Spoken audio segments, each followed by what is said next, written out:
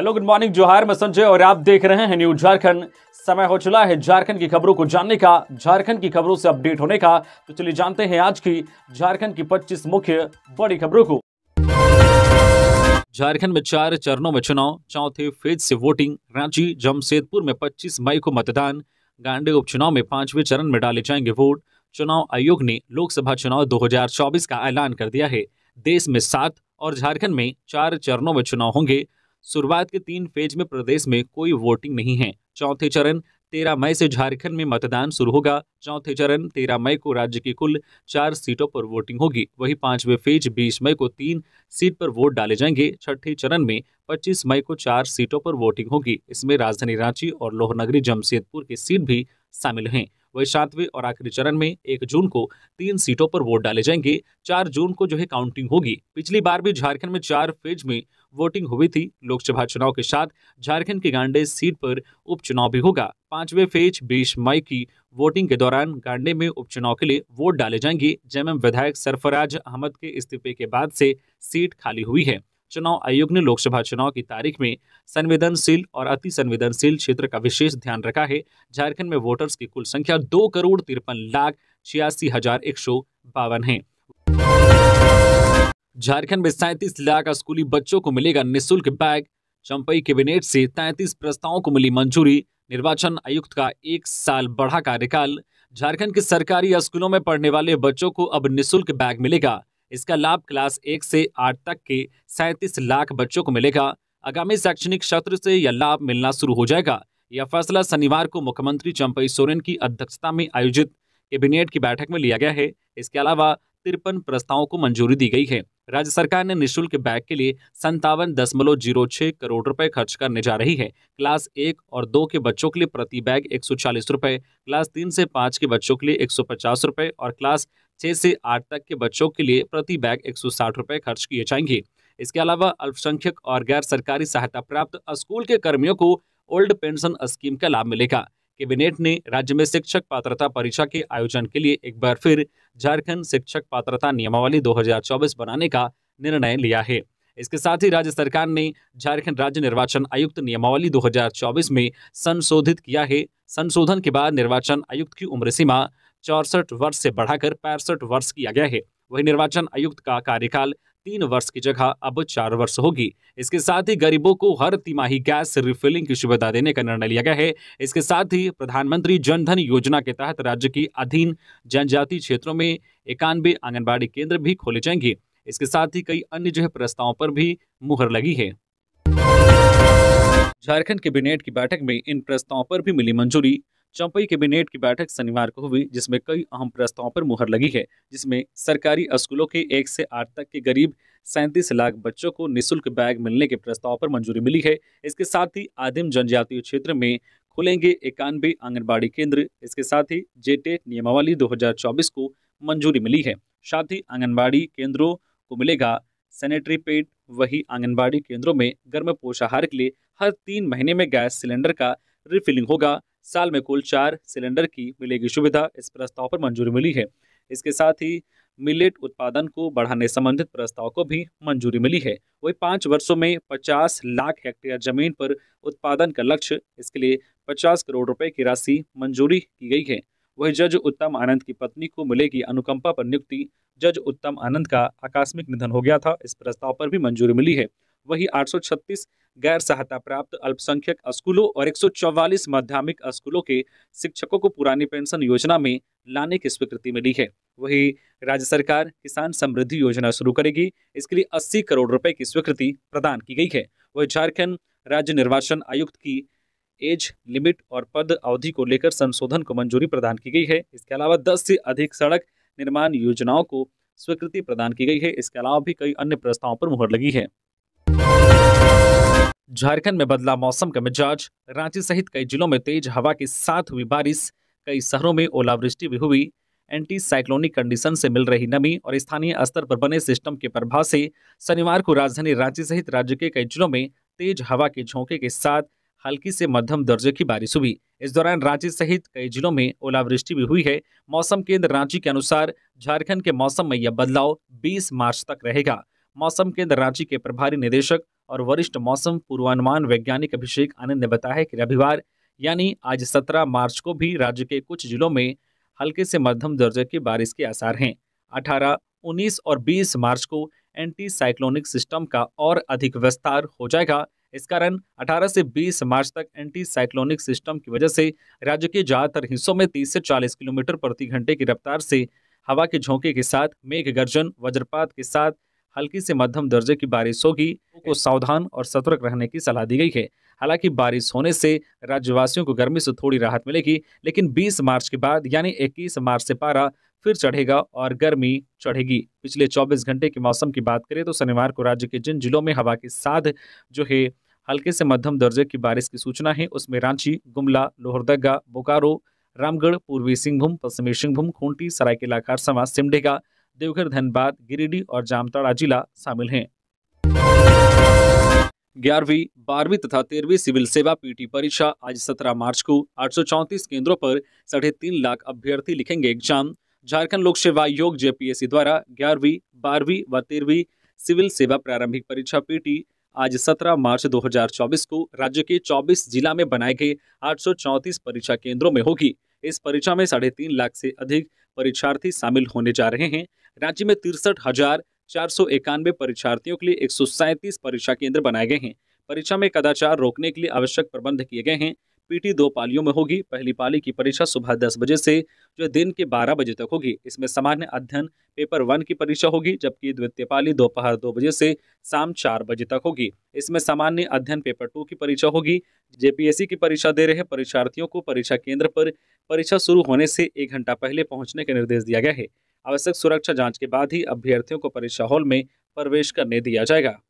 खबरों में आगे बढ़ने से पहले अगर आप अभी तक न्यूज़ झारखंड चैनल को सब्सक्राइब नहीं किए हैं तो प्लीज चैनल को सब्सक्राइब करके बेल आइकन प्रेस कर दीजिए, जिससे आपको झारखंड की हर छोटी बड़ी खबर का अपडेट आप तक पहुंचता रहे।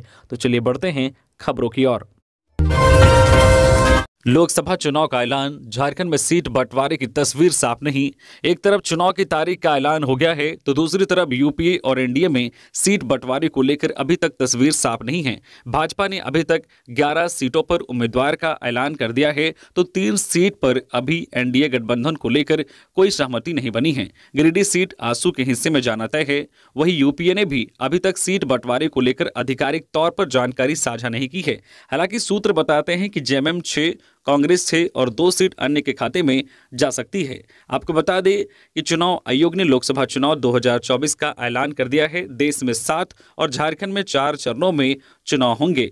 7 चरणों के चुनाव में पहला चरण 19 अप्रैल को होगा, दूसरा चरण 26 अप्रैल को और तीसरा चरण 7 मई को होगा। हालांकि तीनों चरणों में झारखंड में वोटिंग नहीं होगी। झारखंड में चौथे फेज से चुनाव शुरू होगा। चौथा फेज 13 मई को होगा। उस दौरान सिंहभूम, खूंटी, लोहरदगा और पलामू में चुनाव होगा। वही 20 मई को 5वां फेज में चतरा, कोडरमा, हजारीबाग और छठे चरण में 25 मई को रांची, गिरिडीह, धनबाद, जमशेदपुर, वही 7वें चरण में राजमहल, दुमका, गोड्डा में मतदान होगा। नतीजे 4 जून को घोषित किए जाएंगे। पहले की सरकार ने आदिवासियों को चला, राज्य गठन के बाद भाजपा ने किया सबसे ज्यादा राज्य विकास की जगह हक छीनने का किया काम। शनिवार का दिन पश्चिमी सिंहभूम जिले के लिए ऐतिहासिक दिन रहा।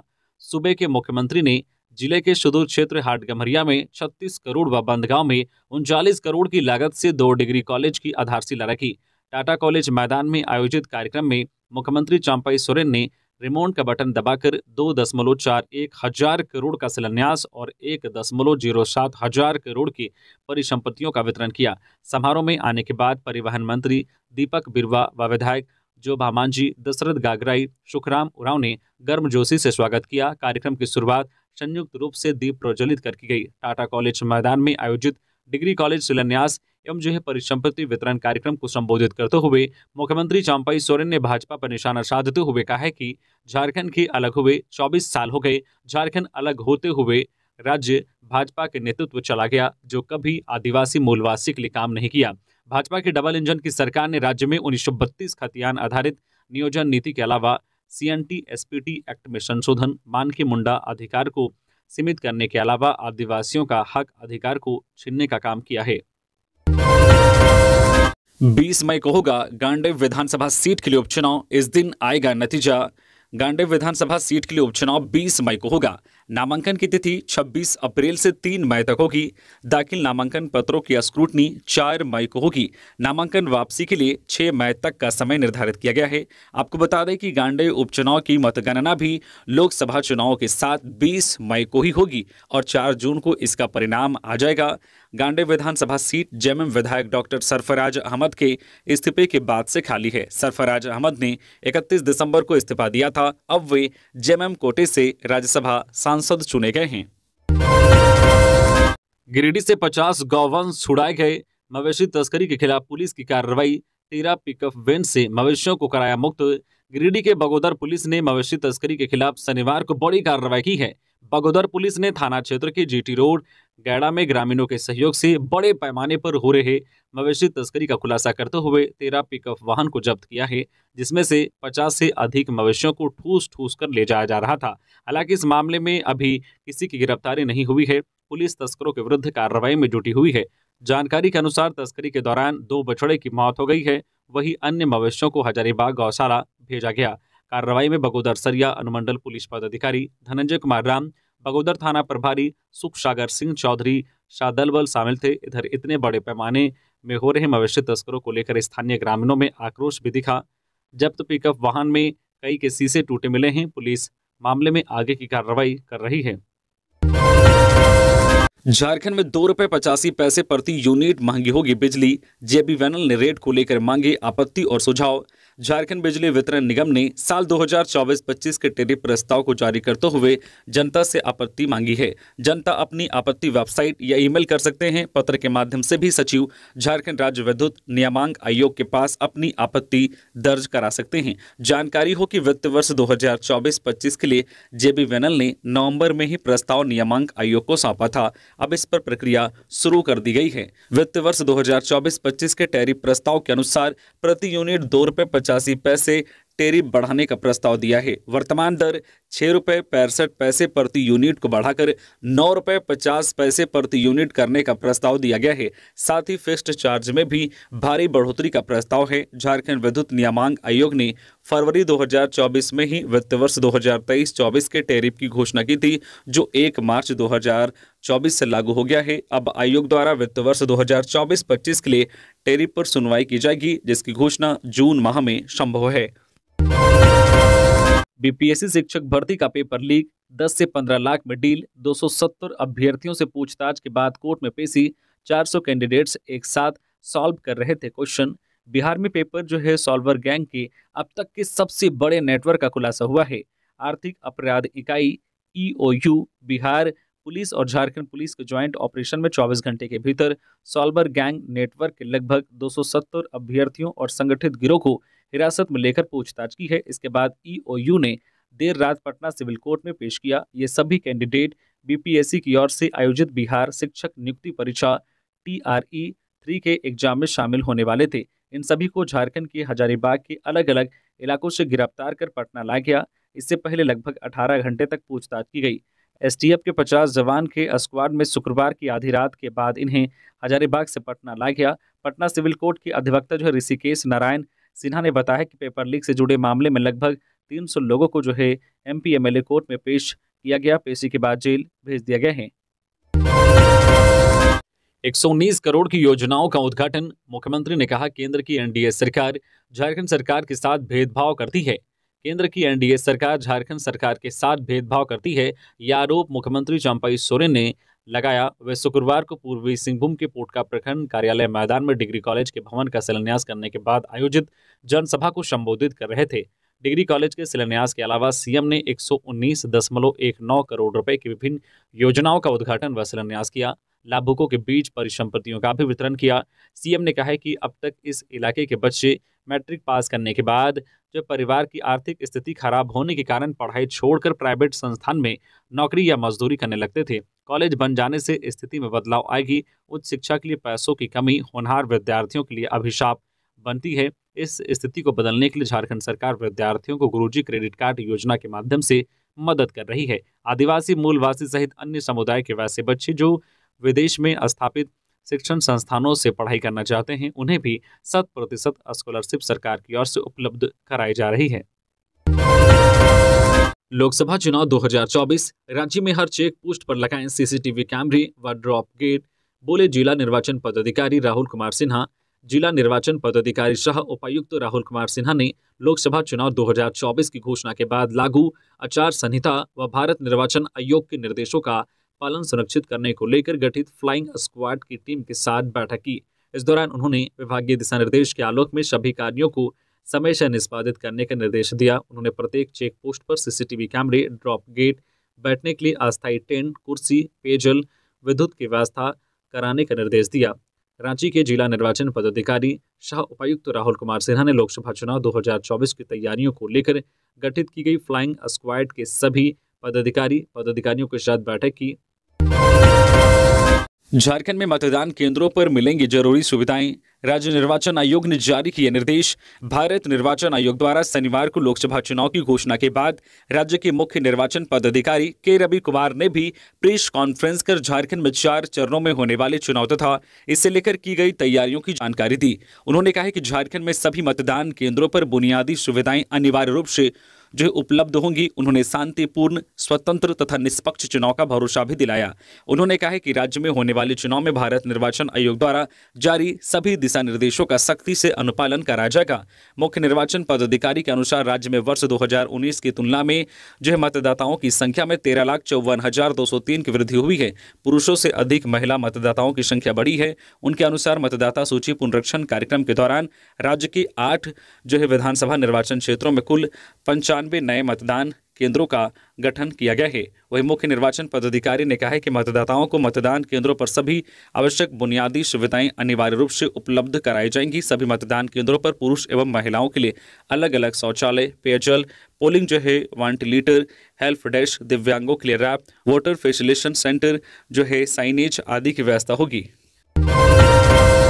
धनबाद में स्कूल का छज्जा गिरने से परीक्षा देकर निकल रहे छात्र की मौत, 100 के 7 लोगों ने की सड़क जाम। धनबाद के झरिया केसी गर्ल्स हाई स्कूल के दरवाजे का छज्जा गिरने से शनिवार को 1 बजे परीक्षा देकर बाहर निकल रहे छात्र प्रिंस कुमार साव 16 वर्षीय की मौत हो गई। घटना के बाद परिजनों ने स्कूल में काफी हंगामा किया। मुआवजा व नियोजन की मांग को लेकर साव को रखकर सड़क जाम कर दिया। इस दौरान जो पुलिस के अलावा अन्य अधिकारी जमे रहे। पिता प्रदीप साव ने झरिया थाना में शिकायत देकर घटना के लिए जिम्मेवार स्कूल प्रबंधन व शिक्षा विभाग पर कार्रवाई की मांग की है। इस पर जो सिंदरी डीएसपी भूपेंद्र रावत ने कहा है कि घटना दुखद है। परिजनों से शिकायत पर जो है जांचों उपरांत कार्रवाई की जाएगी। परिजनों से शिकायत के बाद जो है जांचों उपरांत कार्रवाई की जाएगी। झरिया सीओ जो है राम सुमन प्रसाद ने कहा है कि यह घटना आपदा से जुड़ी नहीं है, लेकिन 1 लाख रुपए सरकार की ओर से मुआवजा दिया जाएगा। देवघर में सड़क हादसा, युवक की मौत से आक्रोशित लोगों ने ट्रक फूंका, 2.5 घंटे जाम रही सड़क। झारखंड के देवघर जिले के जसीडीह थाना क्षेत्र अंतर्गत देवघर सुल्तानगंज मुख्य पथ पर कोठिया संकरी मोड़ के समीप शनिवार की सुबह तेज गति से आ रहे गिट्टी लदे ट्रक ने साइकिल सवार को कुचल दिया। इससे साइकिल सवार जसीडीह थाना क्षेत्र के जो पदन बेरा गांव निवासी मिथिलेश कुमार यादव 19 वर्षीय की मौत घटनास्थल पर हो गई। घटना के बाद आक्रोशित ग्रामीणों ने गिट्टी लदे ट्रक का जो है पीछा किया। इस क्रम में कोठिया टोल टैक्स बैरियर के पास ट्रक खड़ा कर चालक वहां से फरार हो गया। वही मौके पर पहुंचे ग्रामीणों ने ट्रक को आग के हवाले कर दिया। घटना में ट्रक का अगला हिस्सा जल गया। घटना की सूचना पाकर फायर ब्रिगेड की टीम वहां पहुंची और आग को बुझाई। दूसरी ओर जसीडीह थाना के इंस्पेक्टर सह थाना प्रभारी रवि ठाकुर सहित अन्य जो पुलिस पदाधिकारी घटनास्थल पर पहुंचे व जांच पड़ताल करने के बाद सड़क पर से वाहनों के जाम को हटाने का प्रयास किया, मगर सफलता नहीं मिली। इस दौरान करीब 2.5 घंटे तक सड़क जाम रहा। इसके बाद शव का पंचनामा कर जसीडीह थाना की पुलिस ने जो शव को पोस्टमार्टम के लिए सदर अस्पताल भेज दिया। जदयू के पेंच में फंसी है झारखंड की चतरा व धनबाद सीट। सरयू राय पर दांव लगा सकते हैं नीतीश। लोकसभा चुनाव की सुगबुगाहट तेज हो गई है। झारखंड में बीजेपी ने 11 सीटों पर अपनी प्रत्याशियों के नाम का ऐलान कर चुकी है, लेकिन अब तक चतरा, गिरिडीह और धनबाद सीट से प्रत्याशियों की नामों की घोषणा नहीं की है। इनमें गिरिडीह सीट तो आजसू के खाते में है। वही चतरा और धनबाद को लेकर चर्चा है कि यह सीट नीतीश कुमार की पार्टी जदयू के खाते में गई है। यहीं पर पेंच फंसी हुई है। गौरतलब है कि वर्तमान में इन दोनों सीट से बीजेपी के सांसद हैं। ऐसे में बीजेपी की यही कोशिश रहेगी कि ऐसे प्रत्याशियों को मैदान में उतारे जिसकी जीत पक्की है। हालांकि चर्चा है कि धनबाद से सरयू राय को टिकट देकर जदयू चुनावी मैदान में जो है उतार सकती है। गिरिडीह में पेट्रोल पंप मालिकों से इलाज के नाम पर ठगी करने वाले 4 आरोपी गिरफ्तार। साइबर अपराधियों को दबोचने में जुटी गिरिडीह साइबर थाना पुलिस के समीप अपराधियों से पूछताछ के बाद अजीब मामले भी सामने आ रहे हैं, क्योंकि शनिवार को जब 4 अपराधियों को दबोचा गया और पूछताछ हुआ तो सामने आया है कि चारों अपराधी फर्जी सिम कार्ड का सहारा लेकर उससे फर्जी लिंक बनाते थे और उस लिंक को बैंक खाता धारकों के पास भेजकर हॉस्पिटल और डॉक्टर का नंबर लगाने और राशन कार्ड बनाने का लालच देकर लोगों से पैसे ठग लिया करते थे। जबकि गूगल से पेट्रोल पंप के मालिकों का नंबर खोजकर जो है निकालते थे और पंप वाले इलाके का एरिया मैनेजर बताकर बेटे के इलाज के नाम पर जो है पंप मालिकों से पैसे की मांग करते थे। गिरफ्तार चारों अपराधियों में धनबाद के दुर्गापाड़ा निवासी अमन सिंह, डुमरी के कुलगो निवासी विजय महतो, गांडे के लेदो गांव निवासी शरीफ अंसारी और जमुआ के जियातोल निवासी राहुल कुमार शामिल हैं। गिरफ्तार चारों अपराधियों के पास से 6 मोबाइल, 6 सिम कार्ड समेत अन्य कई सामान बरामद किए गए हैं। कोडरमा के बीडीओ की गाड़ी पर गिरा बरगद का पेड़, बाल बाल बचे पदाधिकारी, बूथ का जायजा लेने निकले थे अफसर। झारखंड के कोडरमा जिले के मरकच्चो प्रखंड में शनिवार को एक बड़ा हादसा टल गया। लोकसभा चुनाव को लेकर बूथ का जायजा लेने निकले बीडीओ सीओ के सरकारी वाहन पर विशाल बरगद का पेड़ गिर गया। इस हादसे में झारखंड प्रशासनिक सेवा के 2 पदाधिकारियों के अलावा 2 अन्य सरकारी कर्मी और ड्राइवर बाल बाल बच गए।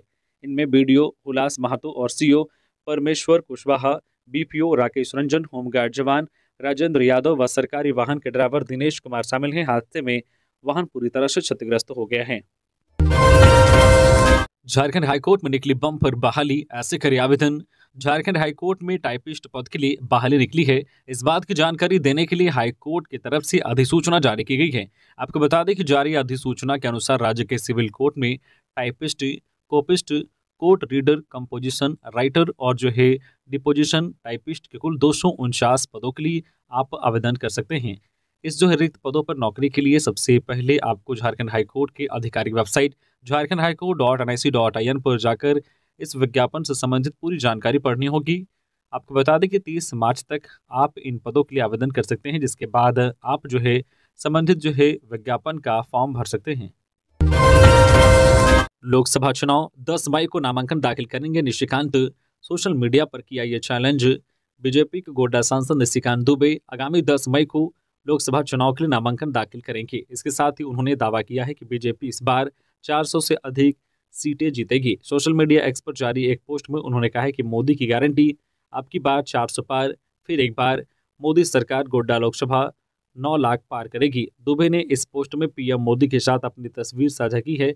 बता दें कि बीजेपी ने झारखंड के लिए 11 उम्मीदवारों की सूची जारी कर दी है।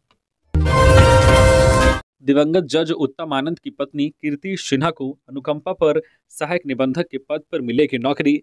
धनबाद के तत्कालीन अपर जिला न्यायाधीश मृतक उत्तम आनंद के आश्रित पत्नी कीर्ति सिंह को सहायक निबंधक गैर न्यायिक पद में अनुकंपा के आधार पर नियुक्ति की मंजूरी दी गई है और राजपात्रिक पद के लिए सृजन की स्वीकृति दी गई है। उन्हें मासिक 1,17,214 रुपये वेतन दिया जाएगा। इसमें महंगाई, मकान किराया, चिकित्सा, परिवहन भत्ता शामिल हैं।